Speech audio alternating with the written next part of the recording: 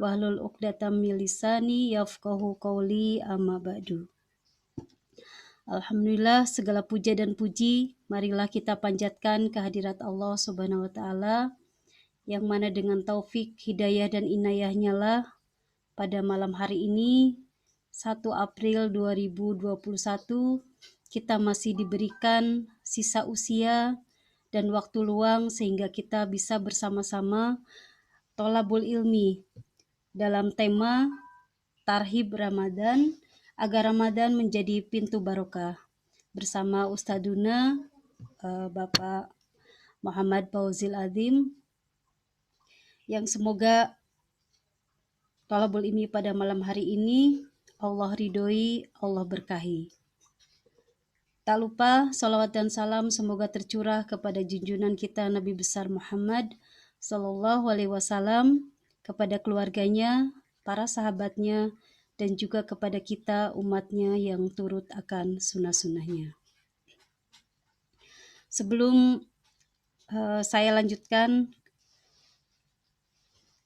izinkan saya membacakan tata tertib webinar pada malam hari ini.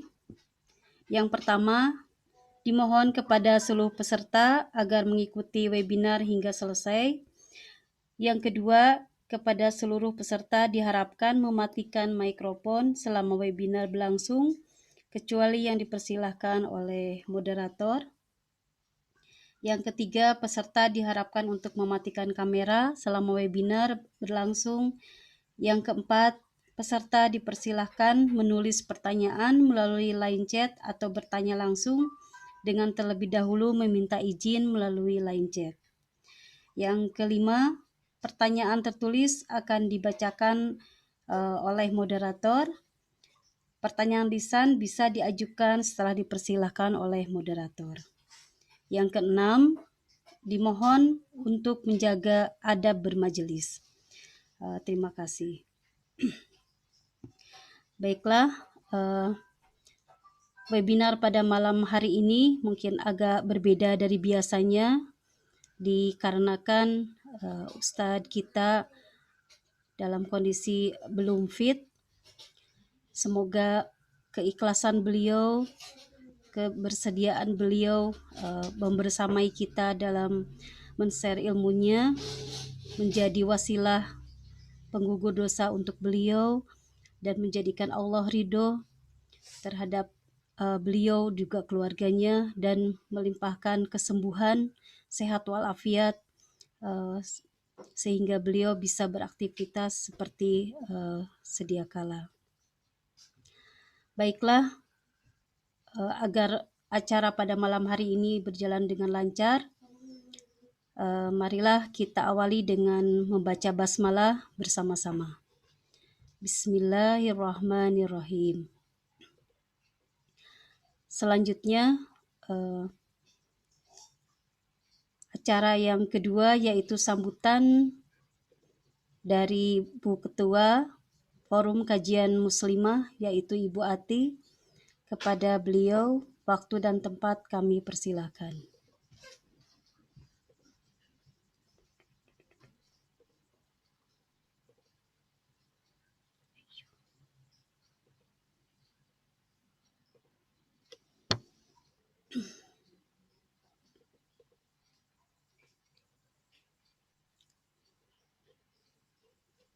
Monggo silakan Bu Ati.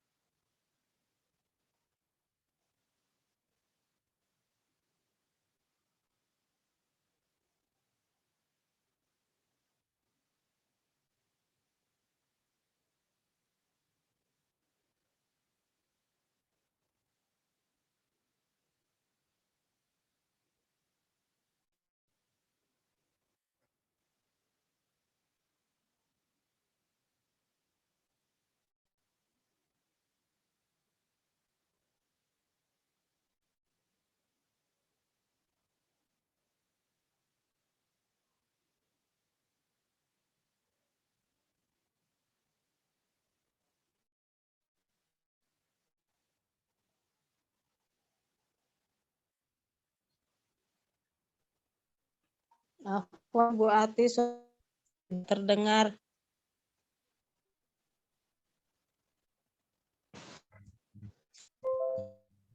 Sudah terdengar, Bu? Ya, sudah. Alhamdulillah. Bismillahirrahmanirrahim. Assalamualaikum warahmatullahi wabarakatuh. Alhamdulillahirabbil alamin. Bihi nasta'inu ala umuri dunya waddin. Wassalatu wassalamu ala asrofil anbiya'i wal mursalin wa ala alihi wa sahbihi ajma'in, amma ba'd. Rabbi shrah li sadri wa yassir li amri wahlul 'uqdatam min lisani yafqahu qawli. Yang kami hormati Ustadz Muhammad Fauzil Azim, yang kami hormati ibu-ibu dari Forum Kajian Muslimah, dan yang kami hormati ibu-ibu peserta kajian online pada malam hari ini. Pertama-tama, marilah kita memanjatkan dan syukur kita Allah Subhanahu wa Ta'ala, yang mana karena rahmat daya serta karunia-Nya pada malam hari ini kita diberi kesempatan, kita diberi waktu untuk bertolabul ilmi. Semoga kehadiran kita pada malam hari ini mendapat ridho dari Allah Subhanahu wa Ta'ala, dan kita mampu diberikan bahan ilmu dan mampu untuk memahaminya.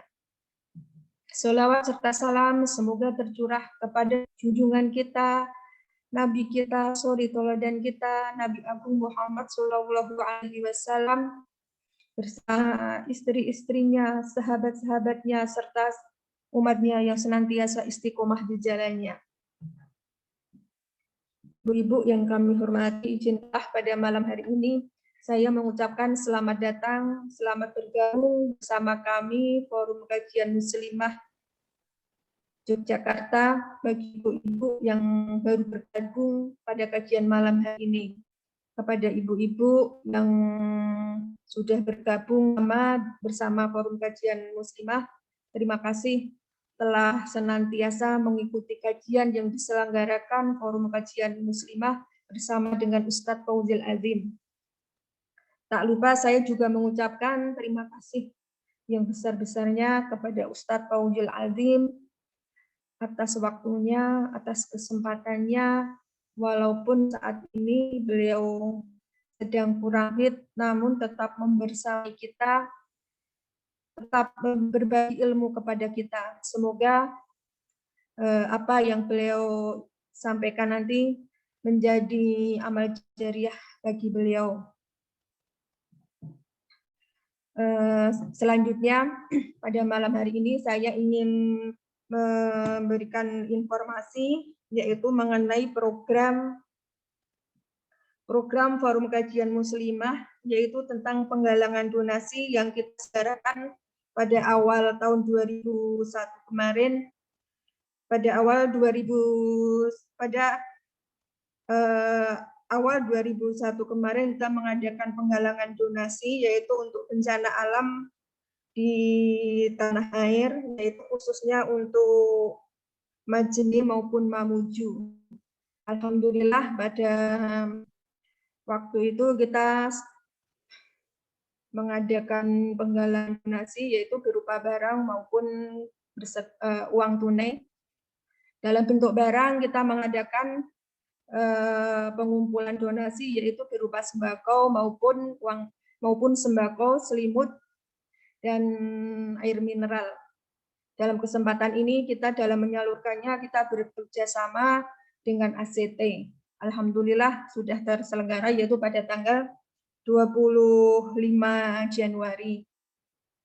Selanjutnya pada bulan selanjutnya kita juga mengumpulkan donasi, yaitu berupa uang tunai khususnya untuk Mamuju dan Majene. Alhamdulillah pada kesempatan tersebut jumlah donasi yang dapat kita kumpulkan yaitu sebesar Rp22.700.000. Selanjutnya kita juga mengadakan penggalangan donasi untuk saudara-saudara kita yang berdampak gunung meletus di daerah Sleman. kita mengadakan kunjungan dengan memberikan donasi yaitu berupa sembako, buah-buahan, dan snack, yaitu pada tanggal 3 Februari. Dalam kesempatan ini, saya ingin mengucapkan terima kasih kepada para donatur yang sudah menitipkan hartanya kepada kami. Semoga apa yang Ibu sedekahkan itu mendapat diterima oleh Allah Subhanahu wa taala dan mendapatkan rezeki yang digantikan Allah yang berlimpah lagi dan lebih banyak lagi. Sebelum saya ingin mengucapkan terima kasih kepada panitia dari teman-teman saya dari Forum Kajian Muslimah yang sudah menyelenggarakan acara pada malam hari ini. Terima kasih atas waktunya, terima kasih atas kesempatannya, pemikirannya, sehingga kajian pada malam ini dapat terselenggara. Kami menyadari bahwa kegiatan yang kami lakukan ini masih jauh dari sempurna. Oleh karena itu, kami atas nama panitia mohon maaf apabila dalam kajian malam ini banyak kekurangannya.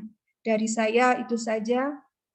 Saya mohon maaf lahir dan batin apabila dalam menyampaikan sambutan ini kurang berkenan di hati Bapak dan Ibu semuanya. Billahi taufik wal hidayah. Assalamualaikum warahmatullahi wabarakatuh. Waalaikumsalam warahmatullahi wabarakatuh. Jazakillahu khairan kepada Ibu Ati yang sudah memberikan sambutannya. Terima kasih banyak. Selanjutnya kita langsung pas jam 20 waktu Indonesia bagian Barat, kita langsung kepada kajian pada malam hari ini kepada Ustadzuna Muhammad Fauzil Adzim. Waktu dan tempat kami persilahkan.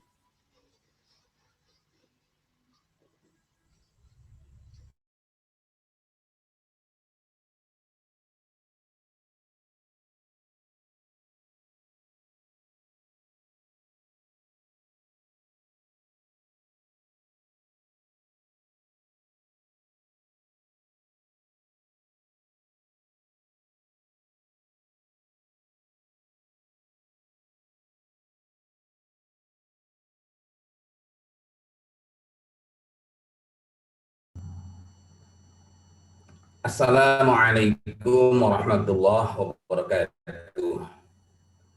Innal hamdalillah nahmaduhu wa nasta'inuhu wa nastaghfiruh wa na'udzu billahi min syururi anfusina wa sayyiati a'malina. May yahdihillahu fala mudhillalah wa may yudlil fala hadiyalah. Asyhadu an la ilaha illallah wahdahu la syarikalah wa asyhadu anna Muhammadan abduhu wa rasuluh la nabiyya wa la rasula ba'dah. Allahumma salli ala Muhammad wa ala alihi wa sahbihi ajma'in. Rabbi israh li sadri wa yassir li amri wahlul 'uqdatam min lisani yafqahu qawli ma ba'd. Pertama, mari kita ingat mengenai bulan Ramadan ini yang disifati yang dikabarkan oleh Al-Qur'an Karim. Sebelum kita berbicara mengenai perintah berpuasa itu sendiri yang juga terdapat dalam Al-Qur'anul Karim. Jadi ini bulan yang sangat istimewa. Perintahnya langsung dalam Al-Qur'an, pengabaran mengenai kemuliaannya juga dalam Al-Qur'an. Allah Subhanahu wa taala berfirman, A'udzubillahi minasyaitonir rajim. Bismillahirrahmanirrahim. Syahrul Ramadan, bulan Ramadan. Alladzi Syahrul Ramadan alladzi unzila fihi al-Qur'an. Hudal linnas wa bayyinatin minal huda wal furqan. Bulan Ramadan, bulan yang di dalamnya diturunkan Al-Qur'an, unzila fihi al-Qur'an. Jadi dari sini kita mendapatkan pelajaran yang sangat berharga bahwa disampaikan oleh Al-Quran sendiri, oleh Allah Subhanahu wa Ta'ala sendiri, turunnya di bulan Ramadan. Ini adalah ayat permulaan Al-Quran. Untuk apa? Hudalinas, petunjuk bagi seluruh umat manusia. Artinya bukan hanya bagi muslimin saja. Nah, tapi seluruh umat manusia, mau dia itu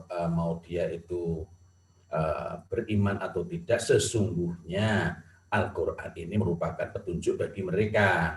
Wa bayyinatin minal huda wal furqan, dan ini mohon maaf ya.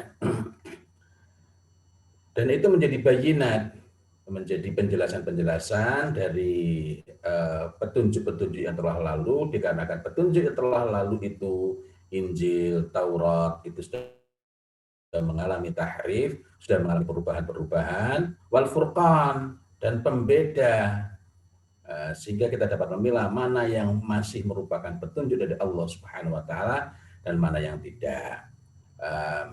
Dan karena itu, dan dari sini kita mencukupkan dengan petunjuk ini. Artinya kok kita mengatakan, loh, bukankah ini wal furqan ini sekaligus menunjukkan bahwa Al-Qur'anul Karim ini pembeda dan penjelas dari petunjuk-petunjuk sebelumnya. Ya, tetapi yang perlu menjadi perhatian kita, yang kita perlu bersungguh-sungguh terhadapnya ialah kita belajar, kita menghadapkan diri kita, wajah kita kepada Al-Qur'anul Karim. Adapun kalau kemudian kita mendapati orang menyebut, orang membahas, orang menukil dari petunjuk-petunjuk yang lalu itu, yakni Taurat, Injil, kok ada yang bersesuaian, itu artinya masih asli pada bagian itu, sebab sangat banyak yang mengalami tahrif atau perubahan-perubahan. Karena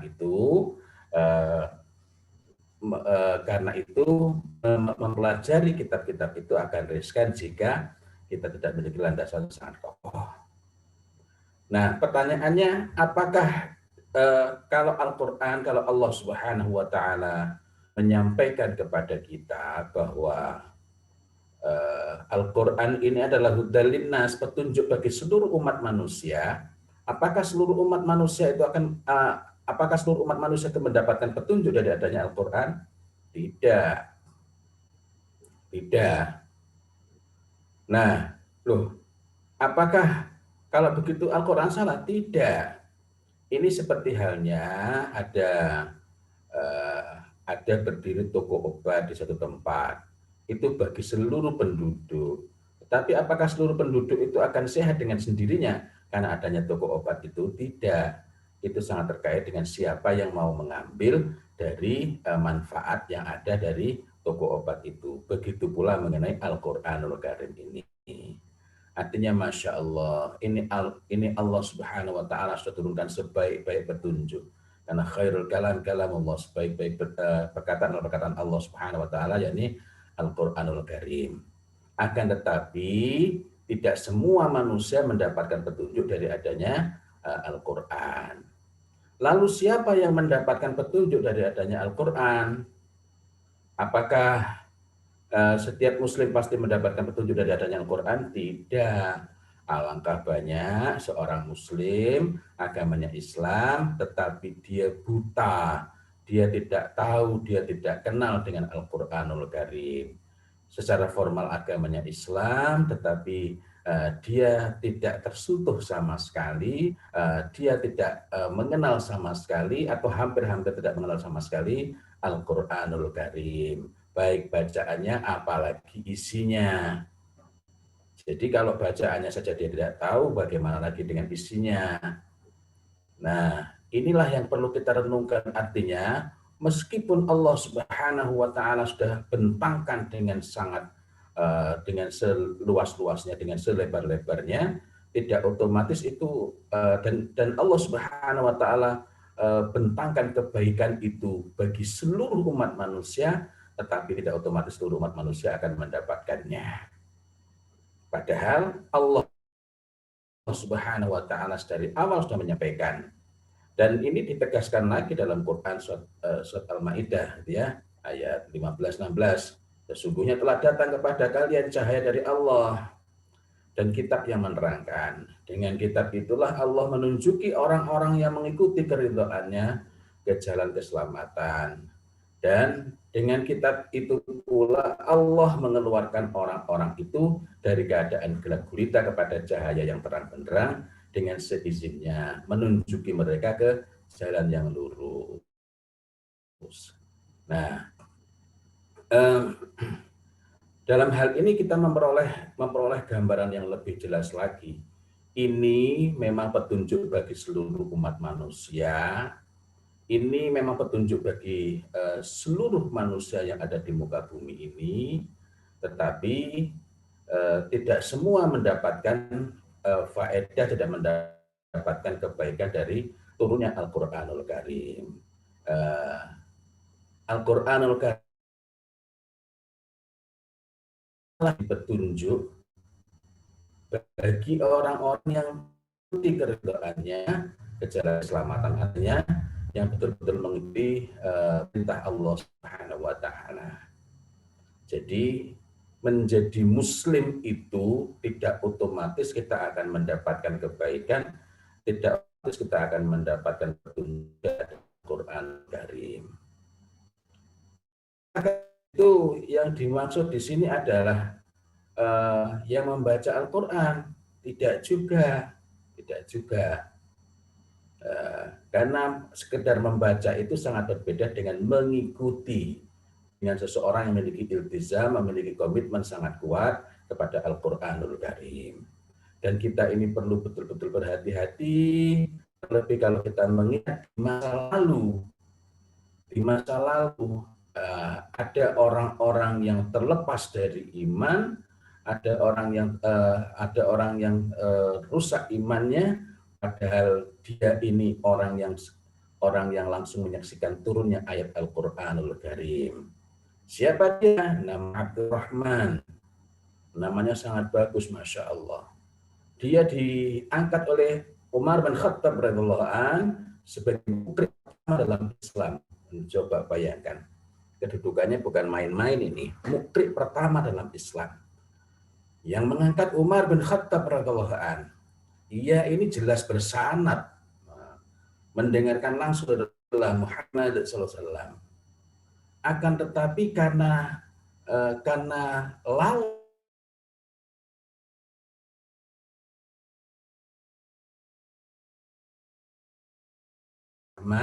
ini yang waktu itu dikirim ke Mesir atas permintaan gubernur Mesir saat itu, yakni Al-Amr bin Al-As radhiyallahu anhu, maka Abdurrahman bin Muljam Al-Himyari, kita kemudian mengenalnya sebagai Ibnu Muljam, akhirnya matinya di tiang gantungan.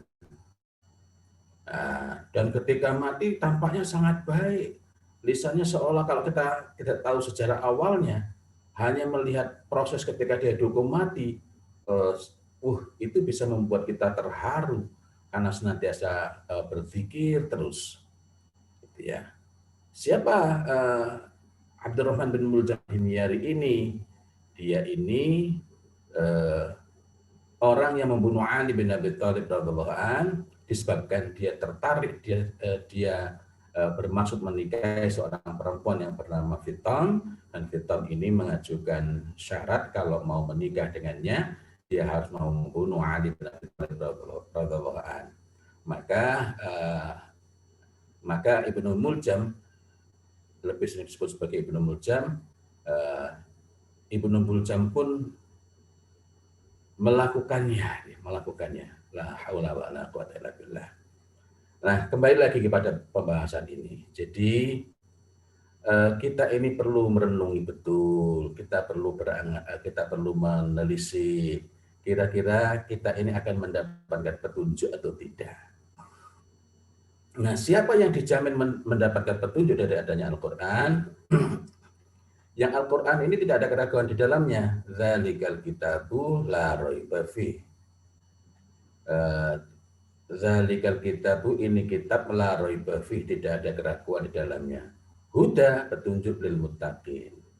petunjuk bagi orang-orang yang bertakwa. Artinya dari sini kita mendapatkan gambaran yang lebih sempit lagi bahwa sekalipun pada dasarnya Al-Qur'anul Karim ini oleh Allah Subhanahu wa taala diturunkan sebagai petunjuk bagi seluruh umat manusia, akan tetapi yang sungguh-sungguh mendapatkan petunjuk adalah muttaqin. Alladzina yu'minuna bil ghaibi wa yuqimuna shalah wa mimma razaqnahum yunfiqun. Nah, yang dimaksud dengan muttaqin itu diberi penegasan lagi di bagian berikutnya. Nah, kenapa saya memulai dari pembahasan mengenai Al-Qur'an?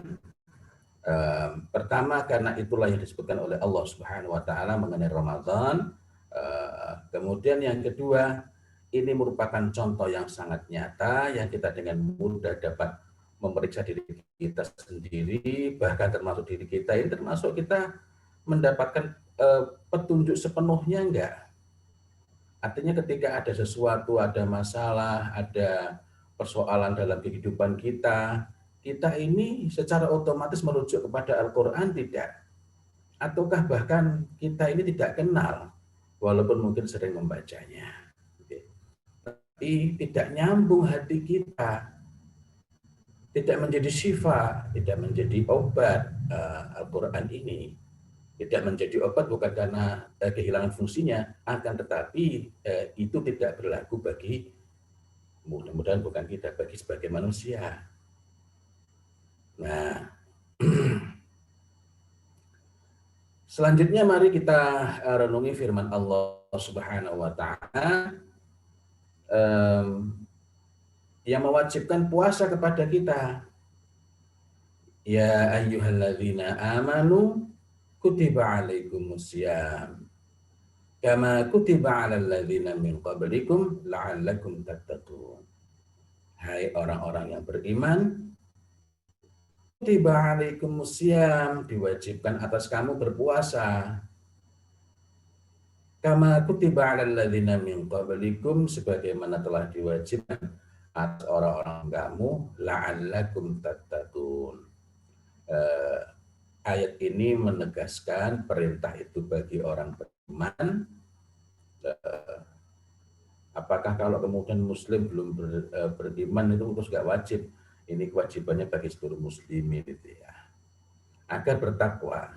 Syekh Sa'di menerangkan bahwa pertama beliau membahas mengenai kata kutiba, yaitu diwajibkan, ditetapkan, kemudian asyam, itu puasa yang secara bahasa diartikan menahan.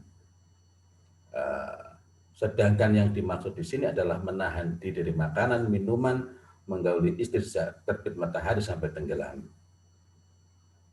Nah, makna ayatnya ketika Rasulullah SAW berhijrah ke Madinah dari Makkah dan menjadi negeri Islam, setelah hijrah itu maka syariat itu mulai turun dan berkelanjutan. Jadi turunnya berbagai aturan-aturan syariat-syariat itu terutama itu turunnya di periode Madinah. Jadi turun larangan minum khamar juga turunnya di Madinah gitu ya. Sehingga saat itu Madinah sampai banjir khamar gitu. Pada ayat-ayat sebelumnya kata Syekh Sa'di telah disebutkan hukum mengenai qisas, wasiat dan muraqabatullah dalam melaksanakan hukum-hukum tersebut. Lantas di antara hal yang dapat mewujudkan ketakwaan seorang muslim adalah dengan berpuasa.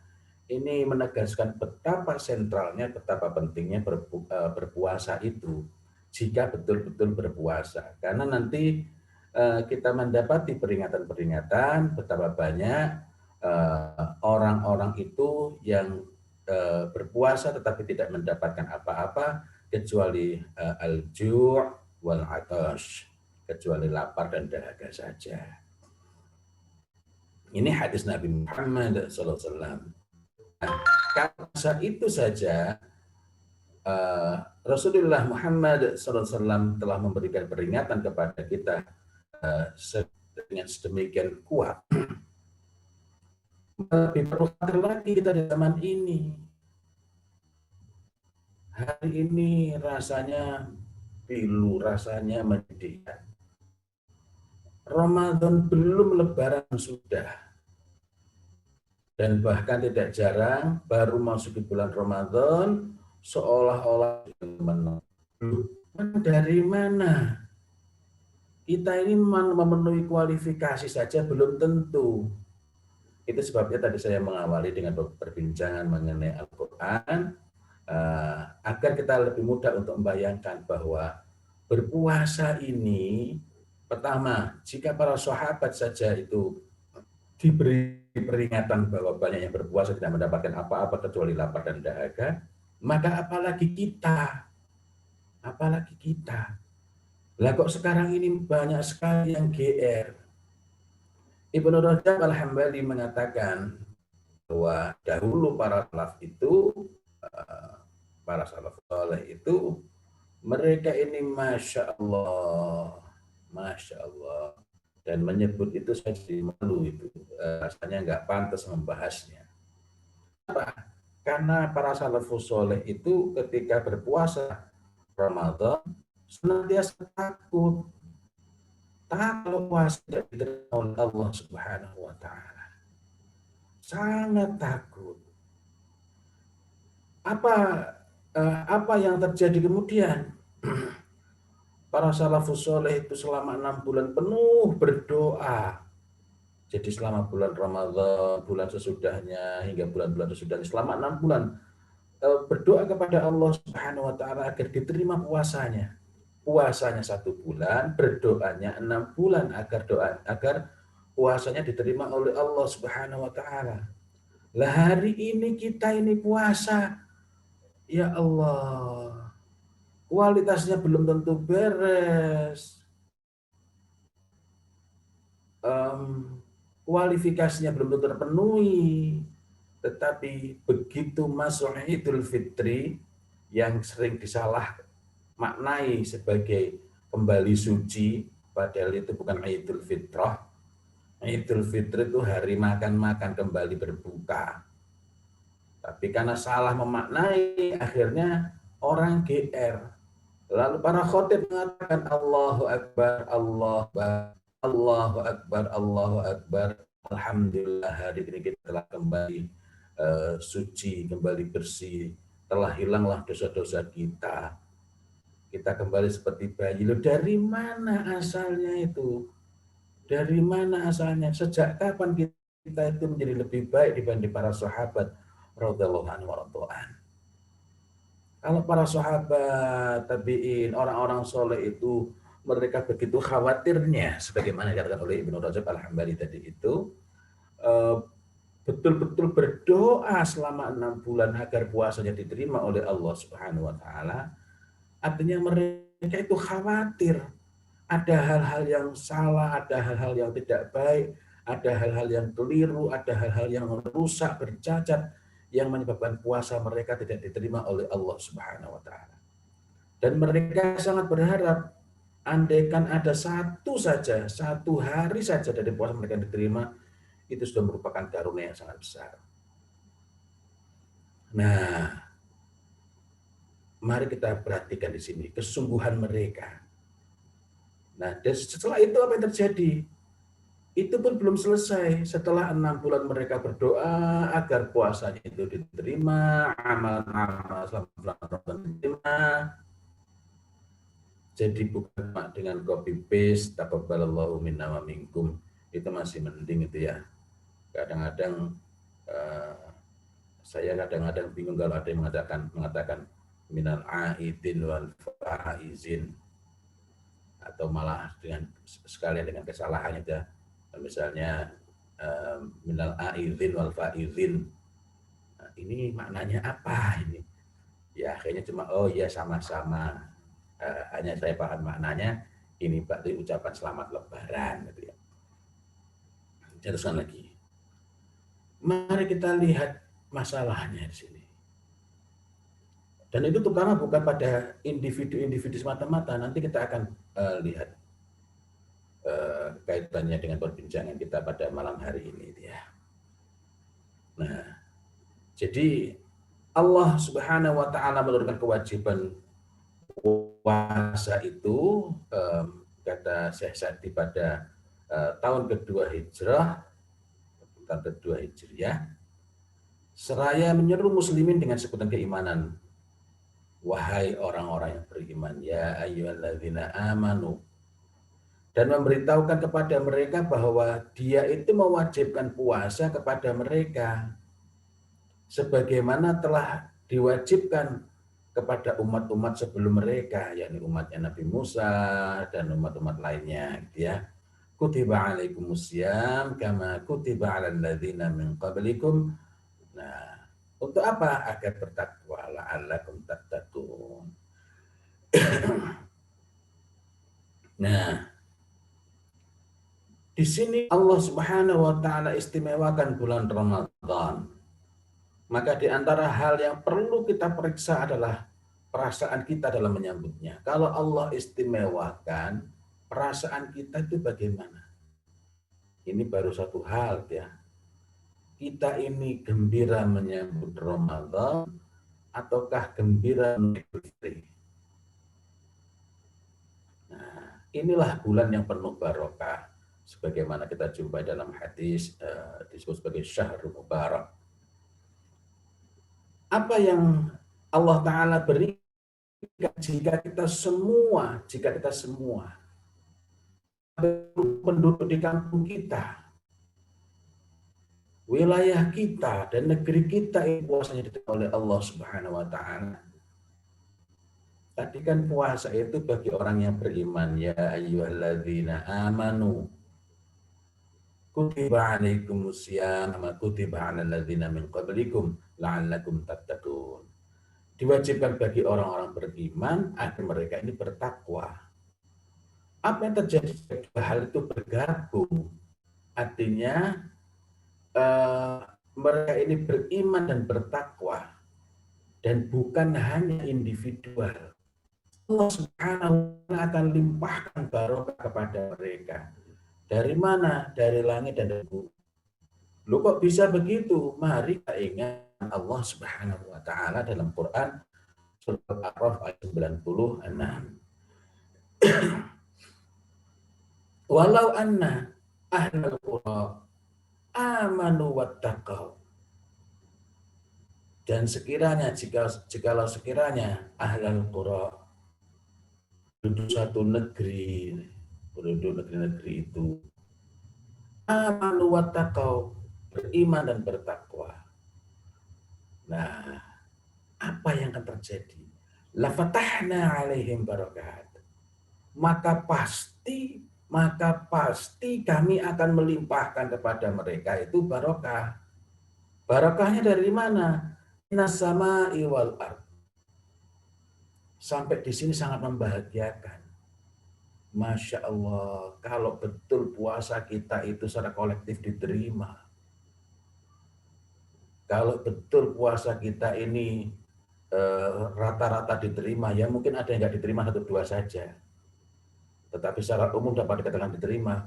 Wah, sungguh kita dapat berharap kondisi negeri kita, minimal kampung kita akan jauh lebih baik, akan sangat baik dibanding kondisi saat ini. Allah akan turunkan barokah dari langit. Allah akan berikan ketentraman hati kepada tiap-tiap penduduknya.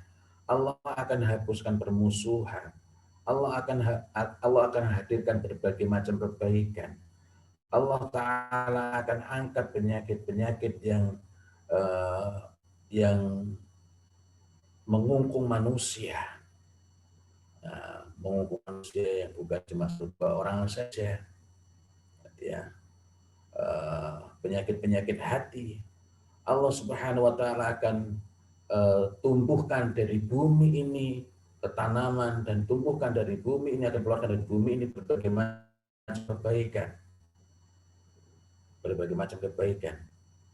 Allah Subhanahu wa taala akan tumbuhkan kedamaian di antara manusia-manusia. Nah, gunung tunduk, lautan dan lain-lainnya. Akan tetapi yang kita khawatiri adalah, dan ini yang menjadi kerisauan saya sejak tahun 2003 kira-kira. Sejak tahun 2001-2003. Apa itu? Rasa-rasanya di ujung bulan Ramadan dan bulan sesudahnya maupun bulan sesudahnya lagi, kok seringnya yang yang hadir itu, apalagi di tahun kemarin atau tahun-tahun sebelumnya, tahun-tahun terakhir ini. Rasa-rasanya kok yang hadir itu bagian kedua dari ayat 96 Quran surat Al-A'raf itu. Apa itu? Walakin kazzabu fa akhadnahum bima kanu yaksibun. Akan tetapi mereka, karena mereka mendustakan ayat-ayat kami, maka kami siksa mereka disebabkan perbuatannya. Jadi Allah Subhanahu wa taala akan datangkan berbagai macam bencana yang tidak terduga-duga, bencana yang sangat besar, bahkan tidak sedikit yang sangat mematikan atau menghapuskan, membinasakan manusia dalam jumlah yang sangat banyak. Nah, kapan terjadinya bencana itu? Ini Allah Subhanahu wa taala sudah kabarkan kepada kita. Yakni yang pertama ini kalau sifatnya azab ya, azab. Yang pertama dari malam hari, apakah jam sekian? Bukan. Afa amina ahlul qura ayyatiyahum ba'suna bayata wa hum naimun. Maka apakah penduduk negeri-negeri itu merasa aman dari kedatangan siksaan kami kepada mereka di malam hari, di waktu mereka sedang lelap-lelapnya tidur. Sedang lelap-lelapnya tidur itu jam berapa sih? Bukan jam sekian ya. Mungkin jam 1, mungkin jam 2 malam, itu adalah waktu-waktu terjadinya sekaligus waktu-waktunya waktu yang syahdu bagi orang-orang yang beriman. Jadi itu waktu-waktunya terjadi azab atau tengah malam persis. Itu waktu orang-orang sedang lelap-lelapnya tidur itu waktu terjadi azab. Selain waktu itu, kapan lagi terjadinya azab? Azab itu juga terjadi di waktu duha. Ini azab-azab yang besar. Apakah di waktu duha semata-mata? Tidak. Ketika orang sedang asik-asiknya bermain, sedang lalai-lalainya. Jadi kalau duha itu misalnya mulai jam 7, itu bukan jam 7. Ketika orang sedang asik-asiknya bermain. Mungkin jam 9 gitu ya. Wallahu a'lam bishawab. Allah Subhanahu wa taala mengingatkan kepada kita. Awa amina ahlul qura ayyatiyahum ba'suna luha wa hum yal'abun. Atau penduduk negeri itu merasa aman dari kedatangan siksaan kami kepada mereka di waktu matahari sepenggalahan naik, di waktu ketika mereka sedang asik-asiknya bermain. Nah, saudara-saudara sekalian kaum muslimin, mari kita kembali lagi renungi. Kira-kira Ramadan kali ini apa kira-kira? Dan dari sini kita dapati bahwa Ramadan Allah akan bersama, boleh jadi saya tidak dapat menyimpulkan. Yang membedakan kita dengan para salafus saleh adalah di masa itu mereka semua mempersiapkan diri. Di masa mereka semua, hampir semua di antara mereka ini betul-betul sangat khawatir dengan dirinya. Masa itu hampir semua merasa takut. Ada apa khawatir? Mari kita ingat, ini ukuran paling sederhana. Di ayat berikutnya itu dalam Quran surat Al-A'raf 99. Afa aminu makrullah fala ya'manu makrullahi illal qaumul khasirun. Maka apakah mereka merasa aman dari makar Allah yang tidak terduga-duga? Dia adalah merasa aman dari makar Allah kecuali orang-orang yang merugi. Dari ayat ini kita mendapatkan pelajaran bahwa dalam urusan, termasuk dalam urusan puasa kita ini, cukuplah kita itu mengetahui kedudukan kita, yakni apabila kita itu merasa aman dengan diri kita, merasa aman dengan iman kita, merasa aman dengan puasa kita, itu artinya kita sedang berada di ambang bahaya. Dan dahulu para salafus soleh itu mereka sama-sama khawatir. Rata-rata mereka khawatir. Sebagian besar mereka khawatir dengan apa yang mereka kerjakan, dengan kondisi mereka.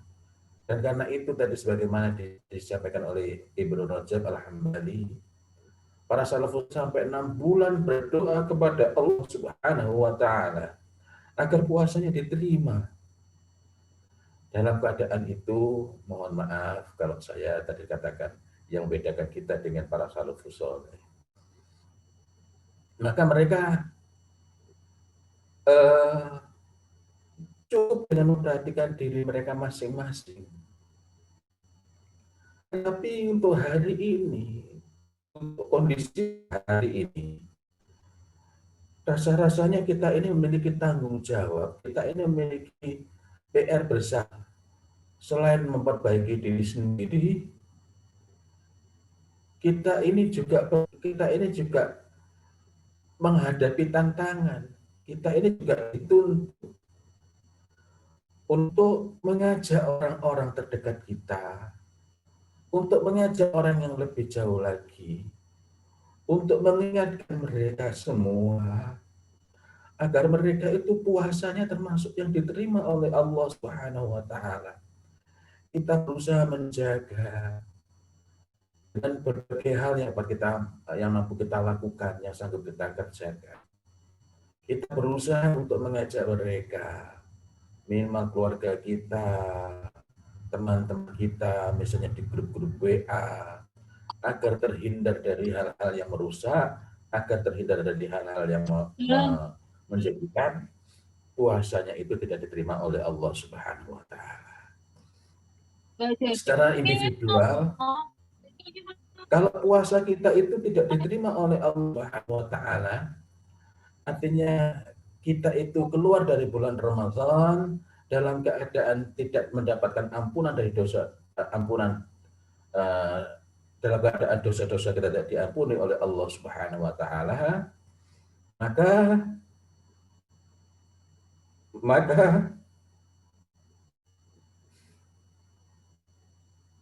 kita ini termasuk yang didoakan celaka oleh malaikat Jibril. Ini mohon maaf ini ya.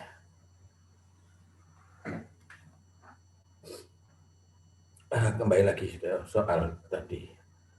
Karena itu mari kita pikirkan apa yang dapat kita kerjakan agar sebanyak mungkin kita belum berbicara mengenai amalan-amalan yang utama, tidak.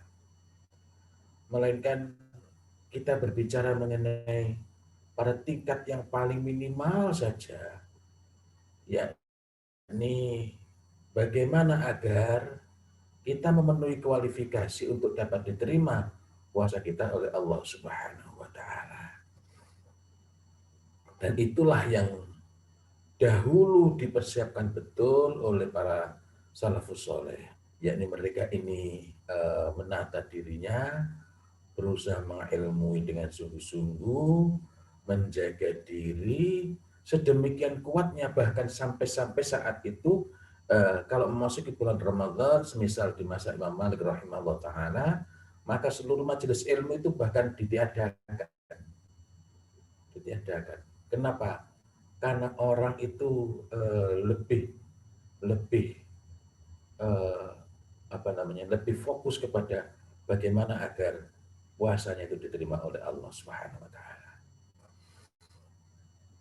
Hari ini karena banyak dari kita yang sudah GR, belum apa-apa sudah menyebutnya sebagai bulan kemenangan, dan ketika itulah Idul Fitri, kita pun akhirnya banyak yang dengan genit mengirimkan berbagai kata ucapan seolah-olah dosa-dosa kita semua sudah diampuni, seolah-olah kita semua sudah meraih kemenangan, maka kita pun GR.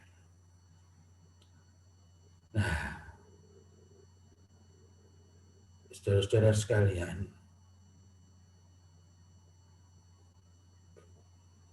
ini mohon maaf.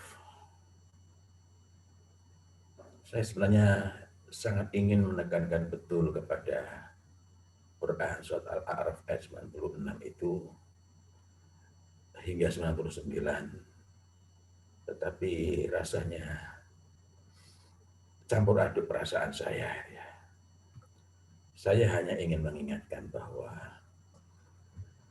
mengenai Quran surat Al-A'raf ayat 99, Syekh Wahbah Zuhaili dalam tafsir Al-Wajiz mengatakan bahwa pada ayat tersebut terdapat mempertakut yang dalam agar seorang merasa aman dengan iman yang dimilikinya. Karena itu kalau ada orang berpikir positif tentang iman, maka dia pasti celaka. Pasti celaka. Pasti celaka.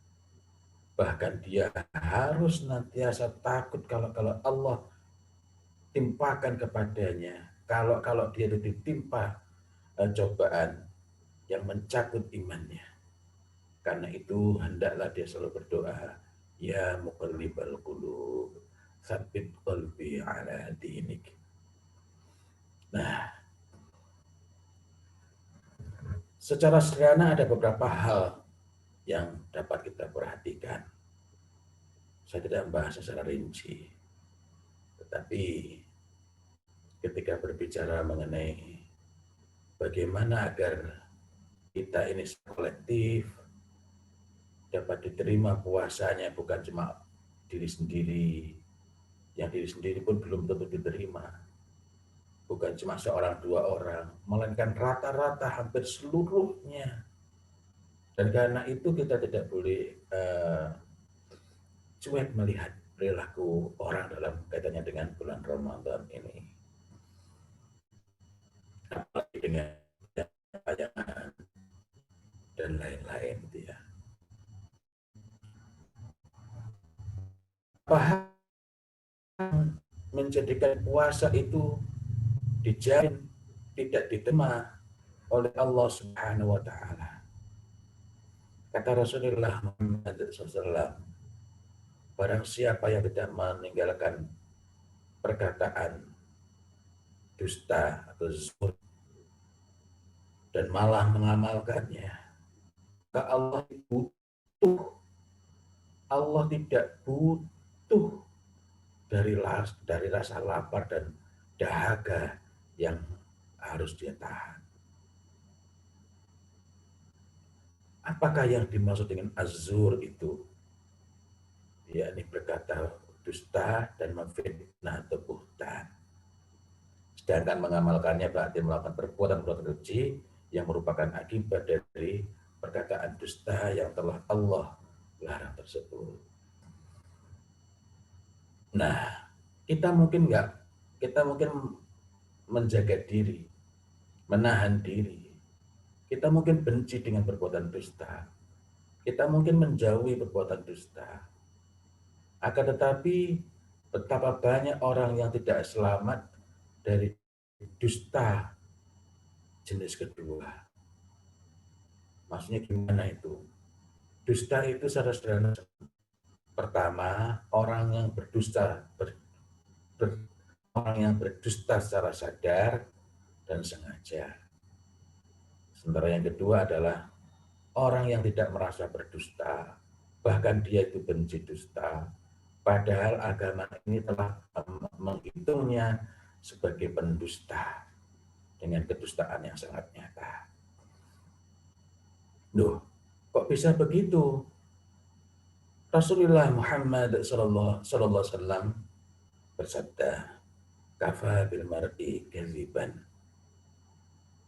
Cukuplah seorang itu dianggap berdusta Kapan itu? Apabila dia menceritakan semua yang dia dengarkan. Bikulli ma sami'a. Semua yang dia dengarkan. Dia dengar, dia baca di broadcast, baca pun belum tuntas, apalagi dengan embel-embel viralkan, atau ada yang isu-isu kayaknya agak seru-seru dikit itu, langsung dia sebar. Karena itu kita amat perlu berhati-hati. Sangat sering orang membroadcast begitu, dan saya termasuk orang yang sering pusing karena broadcast yang macam-macam itu. Ada broadcast di hampir semua grup ada. Lalu ada yang kemudian mungkin nggak puas kalau saya sepertinya nggak merespon, menjagri dengan broadcast-broadcast yang juga seringkali nggak jelas asal-usulnya. Nah, kita cukup klik saja, share atau like, itu sudah cukup untuk membuat puasa kita itu batal. Maksudnya bukan batal puasanya, membuat puasa kita itu tak bernilai. Maksudnya puasa kita itu tidak mendapatkan pahala, tidak mendapatkan pahala, tidak bernaga saja. Puasanya sendiri secara fikih masih sah, tetapi dia tidak mendapatkan pahala apa-apa dari puasanya itu. Nah, ini yang kita, ya Allah, ini yang kita perlu lebih berhati-hati. Mengingatkan, terutama di grup-grup, kepada orang-orang, anggota keluarga, sahabat-sahabat yang dapat diingatkan. Agar tidak gegabah, agar tidak serampangan di dalam like and share. Karena begitu kita share, itu kedudukannya, kalau kita tidak dapat memastikan itu benar, maka itu kedudukannya sama dengan kita menceritakan seluruh yang kita dengar. Dengan demikian, seseorang yang share dengan cepat itu akan menyebabkan dia terhitung sebagai pendusta.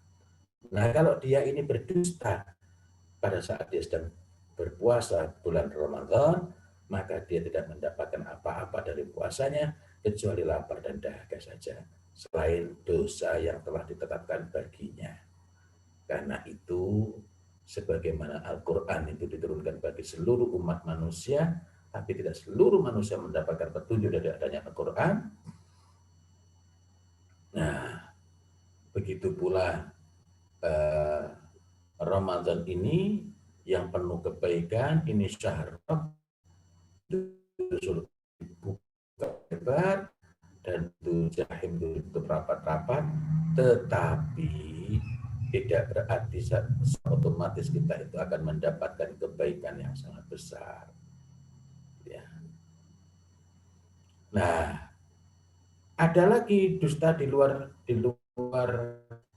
yang tadi itu, yakni berdusta karena berbicara hanya mengandalkan persangkaan, asumsi tanpa menguji, tetapi merasa yakin dengan persangkaannya, menyebarkan rumor dan perkataan yang tidak jelas, memastikan apa yang sebenarnya masih duga-duga hanya karena mendengar perkataan seseorang yang tidak memiliki dasar yang kuat, tidak memiliki dasar yang layak dipertanggungjawabkan. Itu ya. Nah, kemudian apalagi yang kita perlu khawatir? Sebenarnya sangat banyak. Tapi saya hanya ingin menggarisbawahi hubungan saja, karena nanti akan banyak itu ya.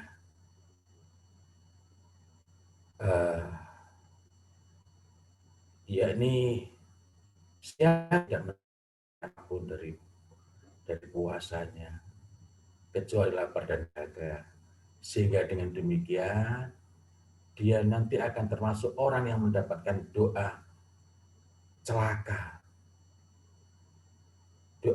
dari malaikat Jibril, dan Rasulullah Muhammad SAW sudah mengaminkannya. Siapa itu? orang yang tidak menahan diri dari lahu dan rafat. Lahu itu apa? Perkataan yang sia-sia. Rafat itu apa? Perkataan-perkataan yang berkonotasi cabul walaupun tanpa ada kata-kata cabul. Kecuali ucapan suami kepada istrinya atau istri kepada suaminya. Karena ini dikeluarkan dari pembahasan tersebut. Ya. Itu apa ada? Masya Allah, yang tak terasa. Kadang saya juga tergelitik ketika melihat meme ya, meme. Hari pertama bulan Ramadan, hari pertama masih pagi, sehari pun belum dijalani, baru selesai sahur, sudah muncul meme misalnya, Alhamdulillah puasa tinggal 29 hari. Artinya kita sedang berada membiarkan diri kita dalam kondisi yang buruk, yakni kita menempatkan diri kita termasuk orang-orang yang tidak bergembira dengan datangnya bulan Ramadan. Padahal tidak bergembira dengan datangnya bulan Ramadan menghalangi kita dari kebaikannya. Atau misalnya siang-siang sudah pada share gambar yang ya enggak karu-karuan ya.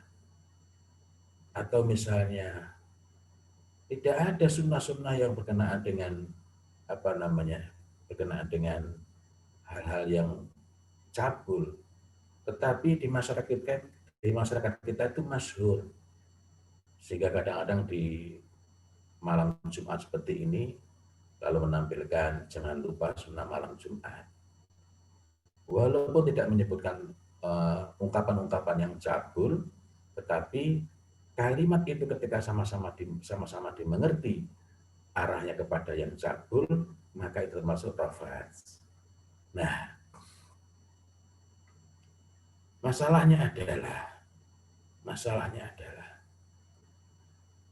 ini menahan diri sendiri pun sudah sulit.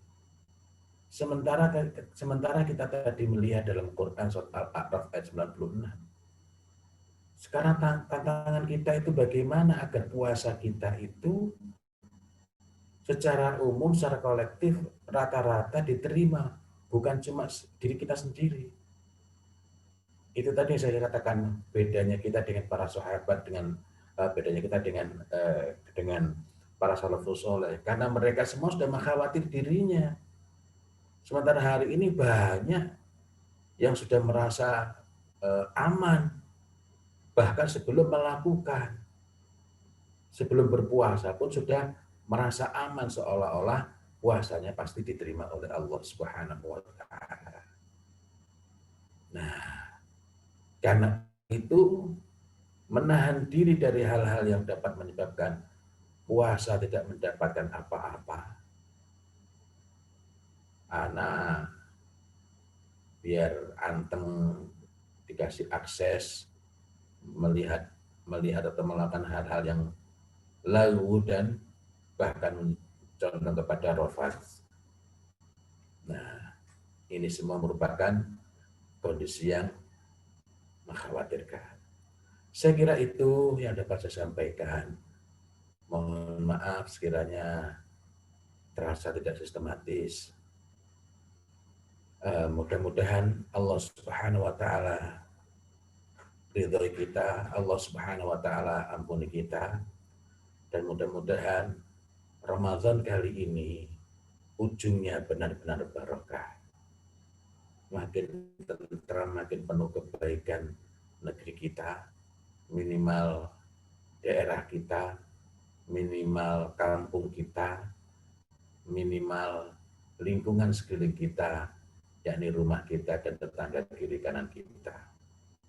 Allahu a'lam bishawab, dan selanjutnya saya kembalikan kepada moderator. Silakan. Baik Ustadz, jazakallahu khairan kasir atas ilmunya.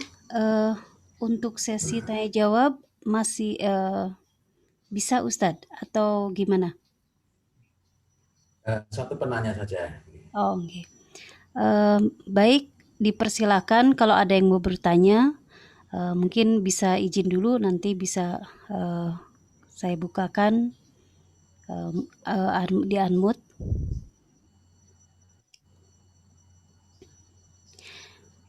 Sambil menunggu, atau ini langsung aja ya Ustadz, ada pertanyaan di chat ini. Assalamualaikum warahmatullahi wabarakatuh. Ini dari Ibu Hanifah. Apakah menjauhi medsos termasuk antisipasi? Silakan Ustadz. Jika medsosnya tidak sehat, maka menjauhi itu merupakan langkah yang sangat baik.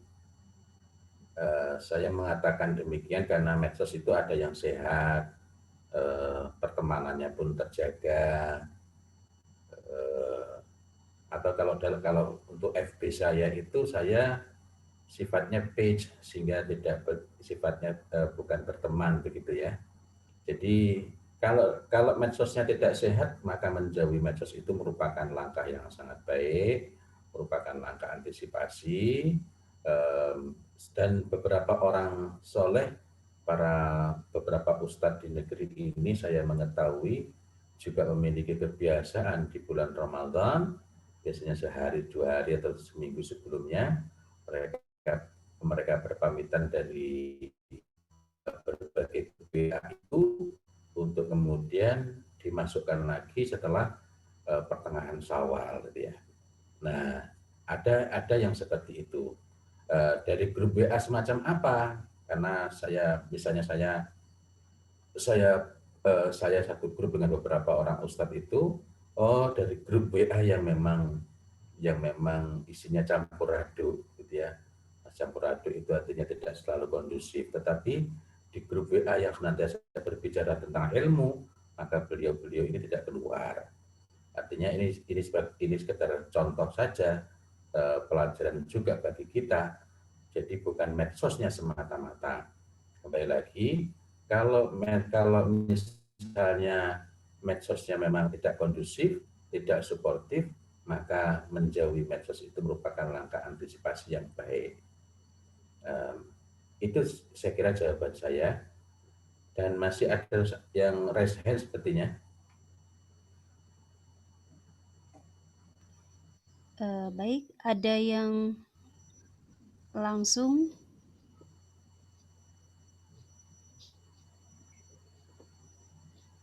bisa minta izin dulu di chat Itu lain. ada yang raise hand itu, Bu. Oh, sudah ada. Sebentar.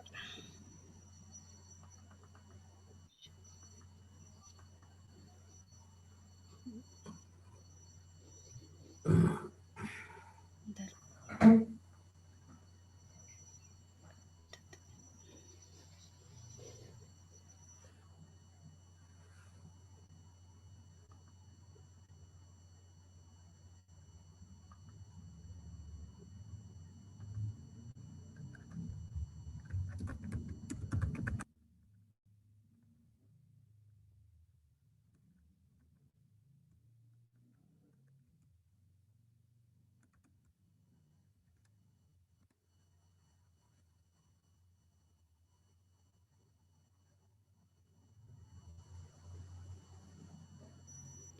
Silakan Ibu Via.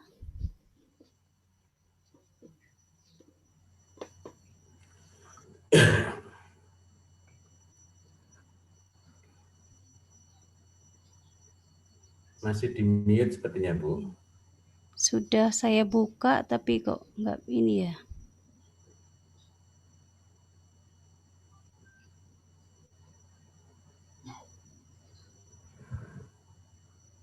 Silakan.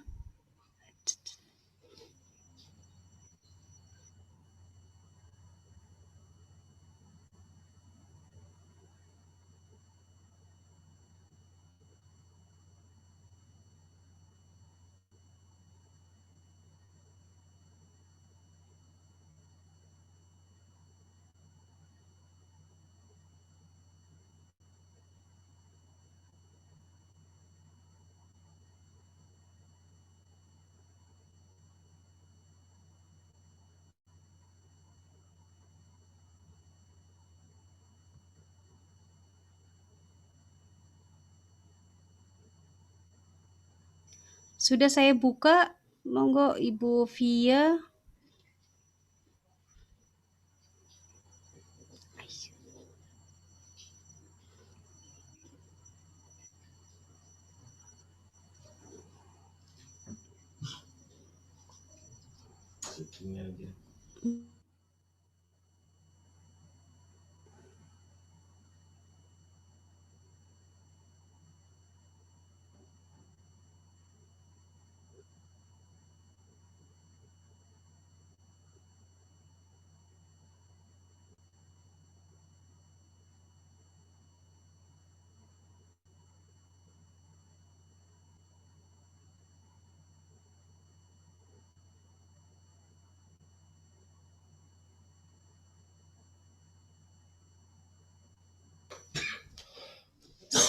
Maaf Ustadz, sepertinya beliau nggak aktif ya. Udah dibukakan, ya. Sudah dibukakan juga, tidak ada respon. Baik, ada yang lain?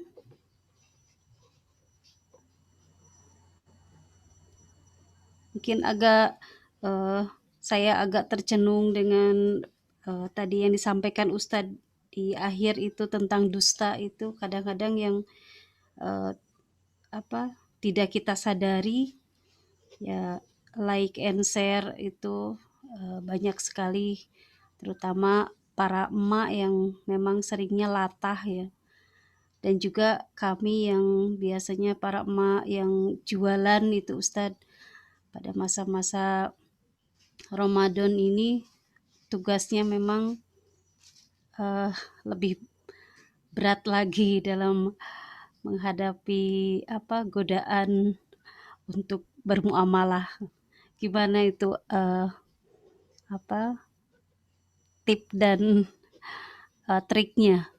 Iya, muamalah sendiri tidak masalah, apalagi ketika itu merupakan bagian dari memenuhi fardu kifayah. Jadi kalau misalnya tidak ada muslimin yang berjualan sehingga menyebabkan kebutuhan muslimin itu tidak ada yang memenuhi dari kalangan muslimin sendiri, maka justru bisa lebih berbahaya akibatnya. Artinya bermuamalah itu atau berjualan itu baik menggunakan fasilitas daring maupun offline, penjualan secara langsung itu sama-sama tidak ada masalah sejauh penjualannya, sejauh memperhatikan kaidah-kaidah jualan yang barokah, yakni situ jujur, tidak ada gharar, ya, dan tidak ada tidak ada hal-hal yang dapat menyebabkan kedustaan. Mengenai kedustaan ini khususnya untuk jualan yang menggunakan endorser itu perlu hati-hati. Maksud saya perlu hati-hati karena secara pribadi saya pernah mengalami seseorang memberikan kepada saya sebuah acara satu produk, tiba-tiba minta saya mau difoto, dan produk itu kemudian saya ketahui waktu saya tidak bersedia, apalagi misalnya memberikan endorsement karena saya belum pernah pakai. Tetapi rupanya strategi itu dipakai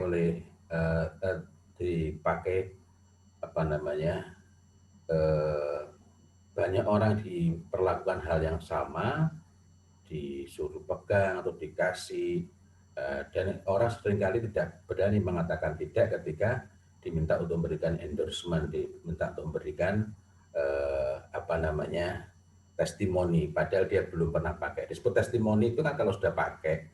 Nah, dalam hal ini walaupun itu ada tokohnya, ini termasuk ada kedustaan di dalamnya, gitu ya. Nah, bagaimana dengan bintang iklan? Ini saya tidak membahas ke sana karena ini merupakan kajian yang lebih khusus, tetapi saya ingin lebih khusus mengenai testimoni-testimoni itu. Pastikan bahwa testimoni itu betul-betul merupakan testimoni yang benar, memang benar-benar testimoni, bukan karena todongan-todongan itu. Nah, kalau begitu Kalau nggak pakai testimoni, apa yang perlu dilakukan? Ya berjualanlah produk itu dengan menyampaikan informasi produk, dengan menyampaikan manfaat produk, tanpa menyertakan testimoni yang kita tidak dapat memastikan kebenarannya itu. Ini di antara ikhtiar, di antara upaya-upaya agar jualannya barokah, agar upaya yang kita lakukan itu mendapatkan kebaikan, dan itu sama sekali tidak menghalangi kebaikan Ramadan, terutama apabila kita memenuhi fardu kifayah. Itu. Wallahu a'lam bishawab. Jazakallah khair. Ustadz, ini ada satu pertanyaan lagi, masih bisa apa enggak ya?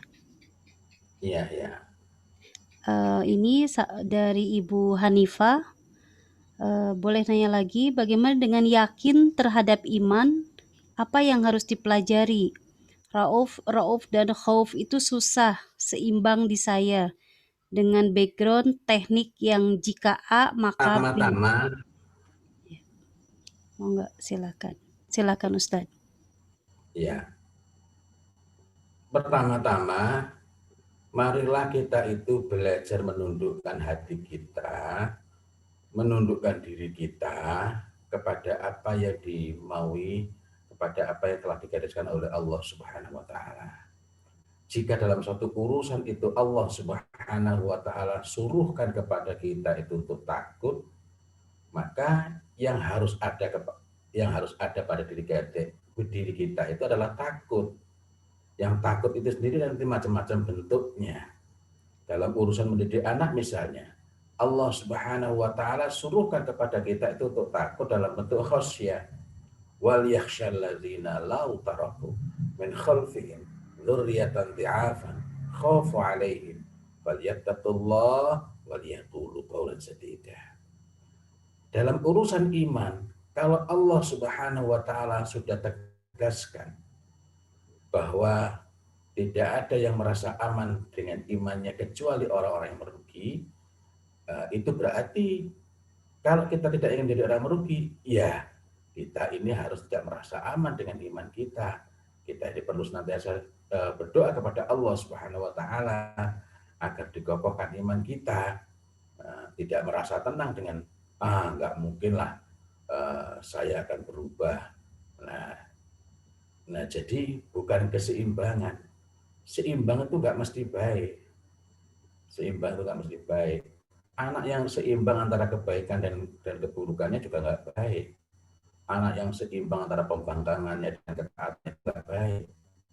Nah, jadi mari kita mari kita berusaha untuk menempatkan diri kita sesuai dengan apa yang telah diperintahkan kepada kita. Kalau kita ini dilarang bersedih, ya jangan bersedih. La tahzan, dalam urusan itu jangan bersedih. Innallaha ma'ana. Nah, kalau Allah bilang jangan takut, nah dalam sebagian urusan dalam sebagian urusan kita itu nggak boleh takut, ya jangan takut. Nah, karena itulah saya sering mengatakan bahwa tugas kita ini adalah belajar berpikir yang lurus, berpikir sebagaimana kita seharusnya berpikir, bukan berpikir positif, ya. Dan bukan berpikir yang seimbang. Tidak semua itu memerlukan keseimbangan, tidak semua yang seimbang itu baik. Kalau orang itu seimbang antara pahala dan dosa, sia-sia dia. Wallahu a'lam bishawab. Baik Ustadz, jazakallahu katsir. Sebelum ditutup, kalau Ustadz berkenan, mungkin menyampaikan doa sebelum acara ini ditutup. Ya, mari kita sama-sama memohon kepada Allah Subhanahu wa taala. Kita memohon ampunan dari Allah Subhanahu wa taala. Astaghfirullahaladzim. Astaghfirullahaladzim. Astaghfirullahaladzim. Innallaha ghafurur rahim. Allahumma salli ala Muhammad wa ala alihi wa sahbihi ajma'in. Allahumma ghfir lil muslimina wal muslimat wal mu'minina wal mu'minat al ahya'i minhum wal amwat innaka sami'un qaribun mujibud da'wat ya qadiyal hajat. Allahumma afri alaina sabra وثبت أقدامنا وانصرنا على القوم الكافرين. ربنا لا تزغ قلوبنا بعد إذ هديتنا وهب لنا من لدنك رحمة إنك أنت الوهاب. ربنا لا تؤاخذنا إن نسينا أو أخطأنا. ربنا ولا تحمل علينا إصرا كما حملته على الذين من قبلنا. ربنا ولا تحملنا ما لا طاقة لنا به واعف عنا واغفر لنا وارحمنا أنت مولانا فانصرنا على القوم الكافرين. ربنا ظلمنا أنفسنا وإن لم تغفر لنا وارحمنا لنكونن من الخاسرين. اللهم بلغنا رمضان. اللهم بلغنا رمضان. اللهم بلغنا رمضان. اللهم بلغنا رمضان. اللهم بلغنا رمضان. اللهم بلغنا رمضان. اللهم ارزقنا صلاة في مسجد الأقصى وهو حر عزيز. اللهم ارزقنا صلاة في مسجد الأقصى وهو حر عزيز. اللهم ارزقنا صلاة في مسجد الأقصى وهو حر عزيز. ربنا هب لنا من أزواجنا وذريتنا قرة أعين واجعلنا للمتقين إماما. ربنا آتنا في الدنيا حسنة وفي الآخرة حسنة وقنا عذاب النار. سبحان ربك رب العزة عما يصفون وسلام على المرسلين والحمد لله على. Amin, amin. Jazakumullah kasiro atas sharing ilmunya pada malam hari ini. Syafahullah Ustadz, semoga cepat pulih kembali. Dari kami mohon maaf banyak merepotkan dan terima kasih atas ilmunya. Beberapa ayat yang Ustadz sampaikan membuat tercenung dan berpikir terus bagaimana kita mengisi Ramadan dengan ibadah yang terbaik kita. Baik, acara pada malam hari ini kita tutup lebih cepat. Dari kami mohon maaf yang sebesar-besarnya apabila selama dalam membawakan acara banyak kata yang tidak pada tempatnya. Juga kami menyampaikan jazakumullah kasiro kepada semua peserta yang sudah mengikuti acara sampai selesai, juga kepada para donatur yang sudah menginfakkan sebagian hartanya dalam donasi dakwah ini. Tabarakallahu fikum. Dari kami Forum Kajian Muslimah sekali lagi mohon maaf. Ihdinas siratal mustaqim. Assalamualaikum warahmatullahi wabarakatuh. Waalaikumsalam warahmatullahi wabarakatuh. Waalaikumsalam warahmatullahi wabarakatuh. Jazakallah khair. Jazakallah Ustaz. Jazakallah khair Ustaz. Jazakallah khair Ustaz. Sebentar panitia SKM Yogyakarta.